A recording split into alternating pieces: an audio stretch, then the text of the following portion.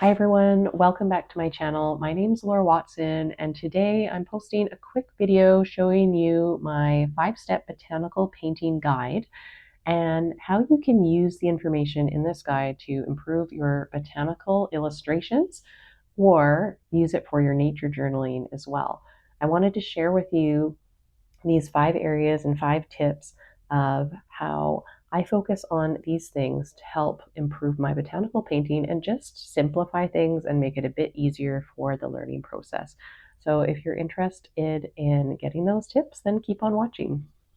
So here is my botanical painting guide, and this is something, again, I created for myself to make things easier for creating my own botanical paintings. So I wanted to create things with less overwhelm, in less time, and I needed to kind of figure out what areas I needed to focus on to do that. So the first step to becoming a more confident botanical painter and succeeding in your nature journaling is to focus on reference material and observations. So this is before we even start getting our pencils or paintbrushes out, and this might seem boring, but it can actually be a really fun, exciting step. And in an ideal world, I'll collect a real life specimen, I'll take a high resolution photo, and then I'll make my line drawing from that. So you can sometimes do this, sometimes you can't. So sometimes I work completely from photos. I take my own photos whenever I can. Otherwise, I do have a lovely selection of very talented photographers that I have reached out to that are based in the Pacific Northwest mostly. And they take photos of native plants for a lot of the plant ID websites, and I have permission from them to use their photos for my reference material as well. So if you are using someone else's photo, just make sure you ask permission if it's going to be something you put on YouTube or sell your art or something like that. And when possible, if you can just lay your reference material against just a white piece of paper or something, then when you take a picture, it's really going to stand out and it's going to help you with the painting process. If you're struggling with finding enough contrast when you just look at your reference material, you can make a black and white version of your photo and increase the contrast in Photoshop. And that will help you see more of the tonal variation and all the different values. And then when you make your line drawing, you can transfer that to your paper using a graphite transfer method. And I go over a lot of that in a lot of my painting tutorials in the Watercolor Garden as well. So this is not sort of a how-to paint video, it's more on the tips and framework that I use to succeed with my painting. The second part of my framework is drawing, and some people get nervous or overwhelmed thinking about drawing, but there are some hacks you can do, and as you learn and get more practice under your belt, you'll find drawing can be really relaxing. And it's really more about a mental game, I think, than actual talent or skill. And the most important thing to do is to break your drawings down into very basic shapes first and lay them onto your paper as very basic shapes, getting the angle and positioning and size correct before you start adding in actual lines and details.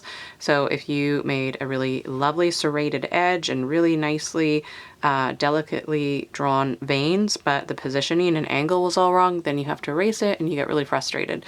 So the way that I break down my drawing process is just to simplify. And if you want to jump right into painting, then, you know, drawing is step 2 of the process. Maybe I can skip it. And so you can just use the graphite transfer method to transfer a photo onto your paper. So you don't have to do every step of this framework for every painting. It's just to be aware of what the steps are so you can decide which part of the process you want to spend the most time on. And then if you want to just ink your drawings, you can do that to make botanical drawings or botanical paintings that are more detailed using my whole 3-step method, or maybe just line and wash and something that's more simplified, like what I do in my field journal when I'm sitting at my table, I've got my coffee, my son's running amok, and I'm just sort of painting in a more relaxed style than my actual proper botanical illustration method. So it's all about choosing your adventure, and this is the framework you can follow to design your journey. The next area of focus in my 5-part framework is color mixing, and this is an area that you can always work on and practice more and more. Even if you know basic primary and secondary colors, it's more important for painting to experiment with the color combinations you can create with the paint that you have. And I can create hundreds, even thousands of combinations with just this amount of paint. And then you want to experiment mixing hues and then creating tonal variation, which is taking a hue or a color, a certain mix, and adding different amounts of water to it to get different levels of contrast, because this is really important for botanical painting. If you want to do it quicker and have an easier process, then the name of the game is creating color variation. And you can do that by creating light and darks with the same hue. And I go over this a lot more in a lot of my classes in the watercolor garden. But basically, color variation is key. You can see here I have this little practice sheet where I just took the colors that I'm mixing, and I was using a water brush, and I just do the darkest part of the mix and then add water, blend, add water, blend, add water, blend, add water, blend, all the way till you get to white paper. And this is an exercise that we had to do while I was doing my botanical painting diploma, and it really helps with controlling your values and also water control. So this might seem like a super simple little exercise to do, but I don't think you ever are too experienced to practice this, and it's super relaxing. And if you are, watching TV or not even at your desk where you can have all your paint supplies set up, just use a water brush and a palette like this that folds up, or an even smaller travel palette, and then just start testing your colors and mixing colors, and then making sure you can wash them all out in a fairly small distance from fully saturated to no saturation, and that will help you master watercolors for sure. I guarantee it if you get really good at that. That leads us into the next part of my 5-part framework, which is brush handling and washes. So color mixing and brush handling all sort of tie together, which is great because you can basically practice them both at the same time. And value control is one of them. And then just also knowing your basic washes, so wet into wet, wet on dry, glazing, graded washes. Having a base knowledge of these things will really help you. If you don't know a lot about watercolor and then you dive right into trying to do botanical painting, you might get discouraged. And that doesn't mean that you can't get good at botanical painting right when you're starting out, but you need to have the right base skills. And then you can start doing very simple exercises, which might seem a little bit more like loose floral painting, but this is, again, just a step up from doing your tonal strips. Then you'll want to do something like a simple little leaf sprig, and make sure you can do some darker leaves, some lighter leaves, and what I call the dip dab method, where you paint on your concentrated color and then you dip your brush and then you paint a lighter leaf and you dip it again, dab it on the paper towel, paint another light leaf.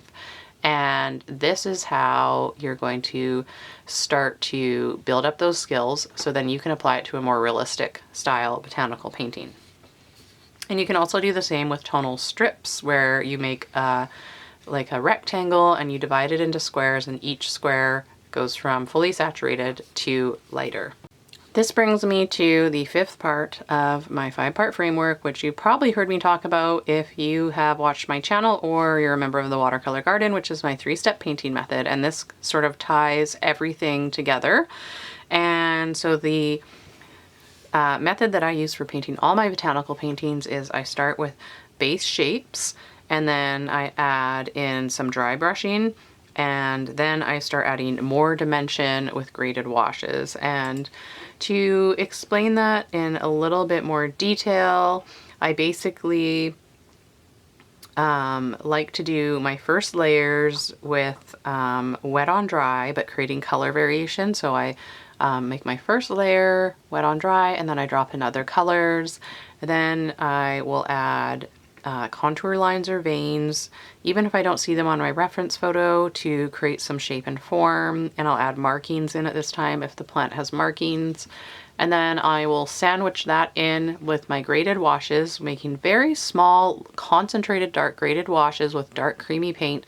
And then I rinse my brush and blend it out so that I have a dark concentrated area blending out and still showing step 1 and 2 showing through. And this is how I create shape and form while creating or leaving that beautiful organic looking watercolor look from the first layer, but having it look vibrant and finished.